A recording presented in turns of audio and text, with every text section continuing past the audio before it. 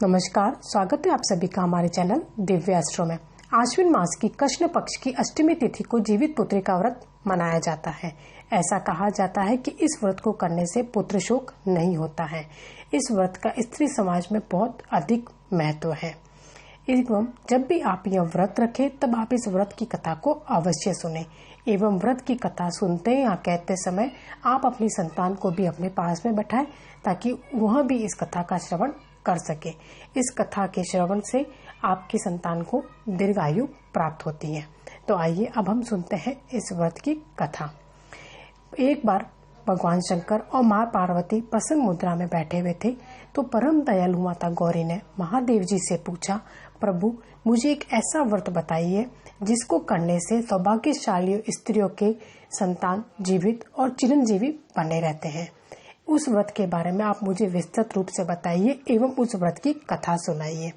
तब महादेव जी ने उस व्रत की कथा, विधान और महत्ता के बारे में बताया एवं व्रत की कथा बताते हुए कहा कि दक्षिण पथ में समुद्र के निकट नर्मदा के तट पर एक कचनावती नाम की सुंदर नगरी थी।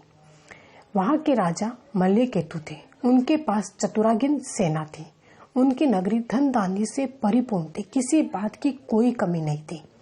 लेकिन नर्मदा के जो पश्चिम तट था उस पर बाहुटार नामक एक मरुस्थल था। वहां घाघू नाम वाला एक पाकड़ का पेड़ था। उसकी जड़ में एक बहुत ही बड़ा कोटर था। उसमें छिपकर एक सियारिन रहती थी। उसकी डाल पर घोंसला बनाकर एक चिलोड़िन भी रहती थी।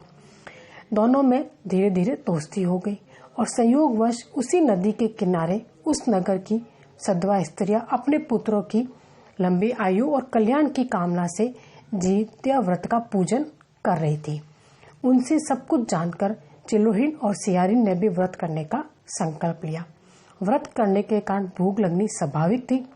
चिलोहिन ने भूख सहन कर रात बिता ली, परंतु सियारिन भूख से छटपटाने लगी। वह नदी के किनारे जाकर एक अध जले मुर्दे का मांस पेट भरकर खाकर पारण के लिए मांस के कुछ टुकड़े लेकर फिर कोटर में आ गई। डाल के ऊपर से चिलोहिन सब कुछ देख रही थी। चिलोहिन ने नगरी की सधवा औरतों से अंकुरित केलाएं अर्थात मटर या अंकुड़ी लाकर पारण ठीक से कर लिया। उसने व्रत का पारण अच्छी तरह से किया। सियारिन बहुत धूर्त थी और चिलोहिन जो थी वो बहुत ही सात्विक विचार वाली थी। कुछ समय के बाद दोनों ने प्रयाग आकर तीर्थ सेवन शुरू किया। वहीं पर चिलोहिन ने कहा, मैं महाराजा की महामंत्री बुद्धिसेन की पत्नी बनूंगी। इस संकल्प व मनोरथ के साथ अपने प्राणों का उत्सर्ग कर दिया। उधर सियारिन ने भी, मैं महाराज मल्लकेतु की रानी बनूंगी। इस मनोरथ और संकल्प के साथ उसने भी अपने प्राणों का त्याग किया। दोनों का जन्म भास्कर नामक एक ब्राह्मण के घर में हुआ। दोनों को कन्याओं में नाग कन्या और देव कन्या के असाधारण गुण लक्षित हो रहे थे। चिलोढ़ी का नाम जहाँ शीलवती रखा गया वही सियारिन का नाम रखा गया कर्पूरावती। शीलवती का विवाह मंत्री बुद्धिसेन से हुआ और कर्पूरावती का विवाह राजा मल्लकेतु के साथ हुआ। राजा और मंत्री दोनों धर्मात्मा और न्यायवादी थे। प्रजा को राजा अपने पुत्र के समान मानता और प्रजा भी उन्हें बहुत ही चाहती थी। समय के अनुसार शीलवती और कर्पूरावती को 7 पुत्र हुए। शीलवती के 7 पुत्र जीवित थे, परंतु कर्पूरावती के 7 पुत्र एक एक करके काल के गाल में समाते गए। कर्पूरावती बहुत दुखी रहती थी। उधर शीलवती के सभी पुत्र हमेशा राजा की सेवा में हाजिर रहते थे। वे सभी बहुत ही विनय और राज्य के आज्ञाकारी थे। रानी उन्हें देखकर ईर्ष्या करती थी। वह उसे जलन होती थी कि शीलवती के सभी पुत्र जीवित हैं। एक दिन रानी ने रूठकर खाना पीना और बोलना भी बंद कर लिया। राजा से दूर किसी एकांत कोठरी में बैठ गई। राजा को जब ये मालूम हुआ तो वे उसे मनाने गए, तब उसने उनकी एक भी नहीं सुनी। आखिर परेशान राजा ने कहा कि तुम जो कुछ कहोगी मैं वही करूंगा, तुम उठो और खाना खाओ।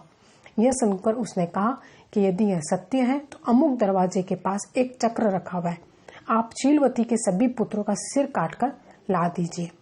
ऐसा नहीं चाहते हुए भी राजा ने आखिर वही किया जो रानी चाहती थी।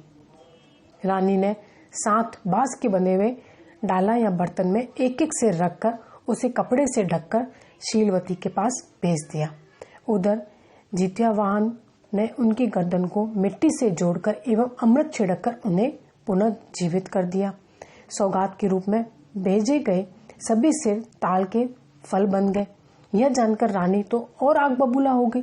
वह क्रोध के मारे अत्यंत कुपित हो गई और डंडा लेकर शीलवती को मारने पहुंची, लेकिन भगवान दया से शीलवती उसे लेकर नर्मदा के तट पर चली गई। दोनों ने स्नान किया। बाद में शीलवती ने पूर्व जन्म की याद दिलाते हुए उसे बताया कि तुमने सियारिन के रूप में व्रत को भंग करके मुर्दा खा लिया था। उसे सब कुछ याद आ गया और ग्लानि और संताप से उसके प्राण वहीं पर निकल गए। राजा को जब यह मालूम हुआ तो उसने अपना राज्य मंत्री को सौंप दिया और स्वयं तप करने चला गया। शीलवती अपने पति और पुत्रों के साथ प्रसन्नता पूर्वक रहने लगी। जितिया व्रत के प्रभाव से उसके सभी मनोरथ पूर्ण हो गए। इस प्रकार इस महात्म्य की कथा बताने के अंतराल भगवान शंकर ने कहा कि जो भी सौभाग्यवती स्त्री इस जिमूत वाहन को प्रसन्न करने के लिए व्रत व पूजन करती है एवं कथा सुनकर ब्राह्मणों को दक्षिणा देती है, वह अपने पुत्रों के साथ सुख पूर्वक समय बिताकर अंत में विष्णु लोक में प्रस्थान करती है। एवं इस कथा को कहने और सुनने से पुत्र को दीर्घायु मिलती है, पुत्र स्वस्थ रहता है। पुत्र के कल्याण की कामना के लिए इस व्रत को किया जाता है। तो यदि मेरी यह कथा और ये वीडियो आपको पसंद आई हो तो इसे लाइक करना आप बिल्कुल भी ना भूलें। साथ ही साथ यदि आप मेरे चैनल पर नए आए हैं तो आप मेरे चैनल को सब्सक्राइब कर लें, साथ ही बेल आइकन को भी प्रेस कर दें, क्योंकि मैं अपने चैनल पर इसी तरह से व्रत और त्योहार की संबंधित जानकारी, उनकी कथाएं एवं ज्योतिष और वास्तु से संबंधित जानकारी समय समय पर लाती रहती हूँ। धन्यवाद।